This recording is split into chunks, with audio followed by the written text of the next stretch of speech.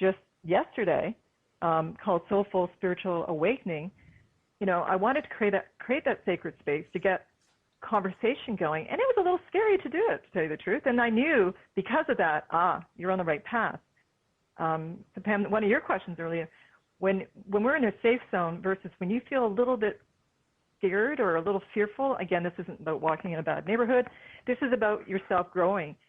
It's calling you to grow because the universe loves expansion, and you cannot create from the place that you were before. We have to expand. That's what we are. We're expansive, spiritual beings, and we are connected into the matrix and all there is. So it's about stepping out of that zone. And now, again, more than ever before, because of Trump, and not just Trump, but what's happening politically and all over the world, socially, cultural, people want change. And there's, again, the voice. And it's a new way of being. It will not be the same ever again. And there's scientists talking about it. And, again, Greg Braden does a lot of work on heart and brain and how the universe and what's unfolding right now is perfect.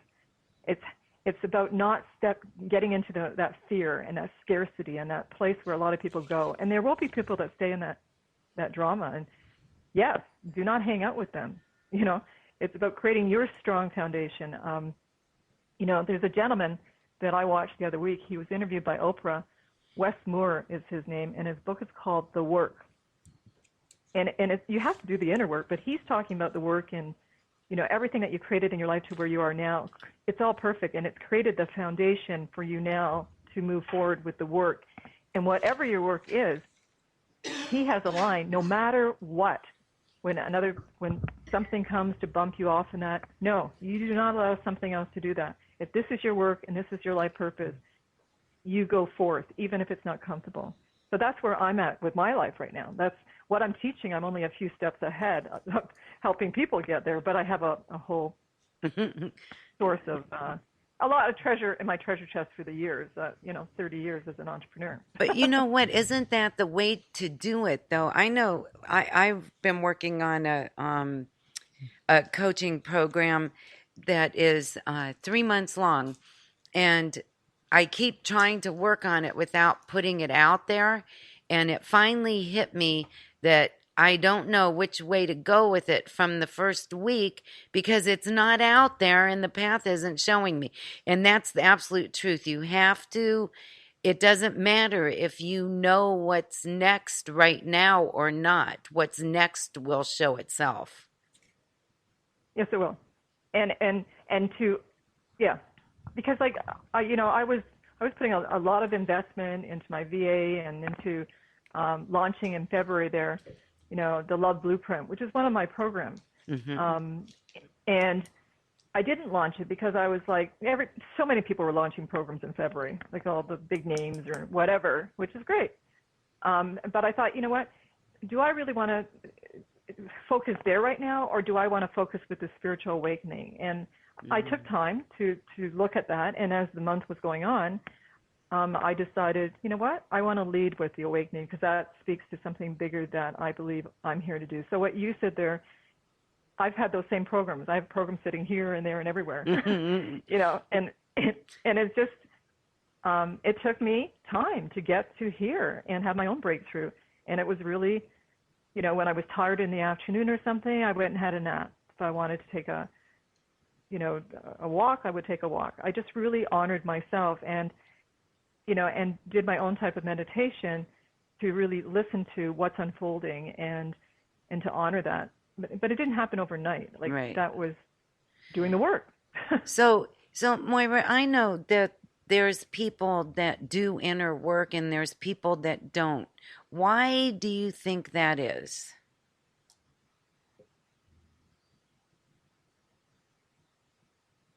I think it could be from their belief systems. It could be like how they were brought up. It could be that they really are so indoctrinated and walking around like zombies that they've bought into what's out there. Like they really have bought into it. It's their belief system, so strong. Spirituality is something that they don't believe in. It's like, oh, that's crap. This is my life. They've chosen a path, because we create our life and co-create it with spirit, and that is their path. There will be people Deborah, that will not wake up. There'll be people that leave the planet on one way or the other. It's their path. They've chosen it. One thing I haven't shared for people for a long time, when I did my conscious core transformation teaching healing work, again, like 20 years ago, it's a big part of how I work with people. I remember literally before I was born, around a table of other beings in different forms, and we were looking at my life blueprint, my soul blueprint of what I agreed to learn and challenges in this lifetime, and what was my soul purpose. Wow. And I remember that, and we also agreed when we came into form, physical form, that we knew how wonderful we are and how powerful we are, so we didn't worry about, that we weren't going to die or something. We knew at a level of our soul level that who we were. And, that remembering what happened, part of the agreement was when we were born, we would forget that agreement. It would come back to many of us, but you had to go down the path and search it out. Mm-hmm. Or some people just, find what they love and their passion and they follow it. They're a musician or an artist or whatever. That was the healing thing I went into, and now I've come full circle to it. But I don't know if that answered your question. It did kind of. It's another good big question. But it did. But, some people know, like my youngest son, Michael, knew that he wanted to be a chef from the time he was 3 years old. That's what he wanted to be. And why do you think that is? Why do some people know what path they're supposed to walk and they're not afraid to walk on it, and others don't even have a clue? Why is that? Again, that's a big question, and I think there's a lot of whys behind that. Like, let's say you're brought up in a family. I have a lot of friends that are from European countries, women, and very strong women, and in a sense that they were brought up to be strong, to be an engineer, a doctor, whatever. No, you don't get to be an artist. You don't get to be a chef. You don't get to do that. And their families and their beliefs in their family was you go this route, and that's it. Because we want you to be able to, support yourself if you don't get married or whatever. So there was a belief in that family. So in that case, those people, I know some of them, they wanted to be artists. They wanted to be a creative or a musician. There's a lady out there that I love her work, Colette Baron Reed. I don't know if you know her. She does cards and oracle, and she wanted to be like a musician. And what happened in her family, they said, no, you get to do this or this. Like the family was telling them, you go to university and you do this. So in the case of your son, a lot of us know, but we've let somebody else tell us that, no, you can't do that. Even when I did, I've seen spirit in that and all that since I was 10 was the first time that my grandfather had died, and my dad and me went around to their house, and we were at the front door, and it was the evening of the wake. He was buried that day, and my grandma was at the door, and I could hear the party upstairs they were having, like my grandfather and spirit. They were through the house. And when I used to tell my family, or my mom and dad, I can hear spirit, and I didn't start seeing spirit till years later, but I could always sense them and communicate with them. And my parents said, don't tell people about that. No. And they were down that path. So I think there's an inner knowing, and then there's an awakening for people. You're perfect for your son, but a lot of us didn't go that route. I think today a lot more parenting is, people are saying, what do you love? And allowing a child to really express that. I think that's true too. And I see a lot of entrepreneurs now, young people that are finding a way to do what they love and make money at it. And some people would say they don't work as hard, that they don't know how to work. And I don't think it's that at all. I think that they've known what they've wanted to do. They followed that path, put all their effort and energy into it, and worked smarter.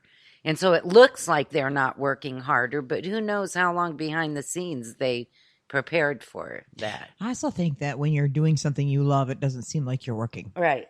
It feels less like work to yourself, but also from observing point, it might seem you're happy, you're joyous. Mm-hmm. So most people, there's a lot of traditional beliefs that work has to be, it's work. You know what I mean? And work can be joyful. Work can be wonderful. Mm-hmm. That's part of the shift right now. Again, a lot of people think millennials are lazy, or they think that they don't want to work hard. They don't have any business sense. What are they doing?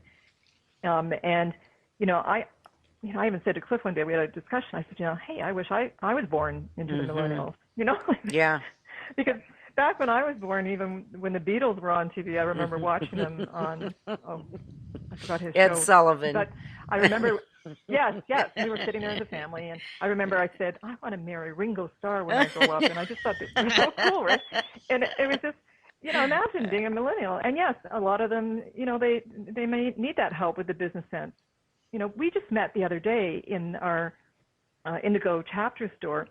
We were looking around, and we're looking at globes. Cliff bought me a globe for my birthday as part of my gift, and a book on romantic places to travel to in the world, because one of my major passions is to travel and cultures and people and writing and all that kind of stuff.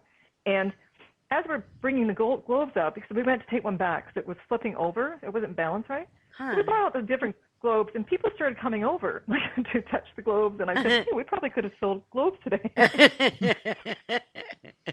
But this one gentleman he stopped and looked at it, and he goes, oh, how much is that globe? I said, oh, that one's $100, and that one's $75. And he goes, oh, well, I got mine at an antique store for $20. It looks older, but it looks like that.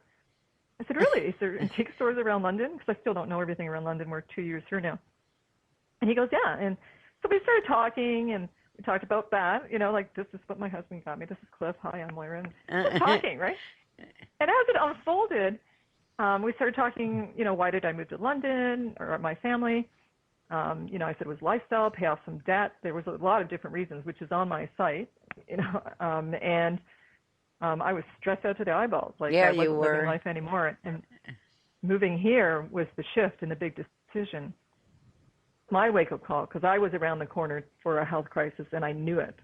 And that's when I said to my family, I don't care anymore about this house or anything. I'll go the tiny little house movement, because I don't need this. And anyway, as we started talking, we got along, and then we talked about the airport. And then he says, well, I just came back from L.A., like on Thursday or something. And I said, oh, really? And I said, what were you doing in L.A.? And he goes, oh, I was at the Grammys. I said, oh, what were you doing at the Grammys? And he says, well, I just started my company 9 months ago, and he's in his early 20s, maybe mid-20s.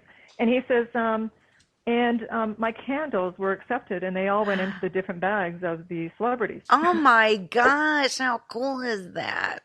It's very cool. I said to him, you got to be kidding. I said, how did you get that to happen? And so then he told me social media, and he told me how it happened. And then he has a picture. He started showing me pictures on his phone. Wow. There he is with Adele, and different people on the carpet. How cool is that? So you think about it. Yeah, his candles are, like, they're going to take that candle home and see his brand, and now it's the next step. And he's just brilliant. Like, and he's a millennial, right? Huh.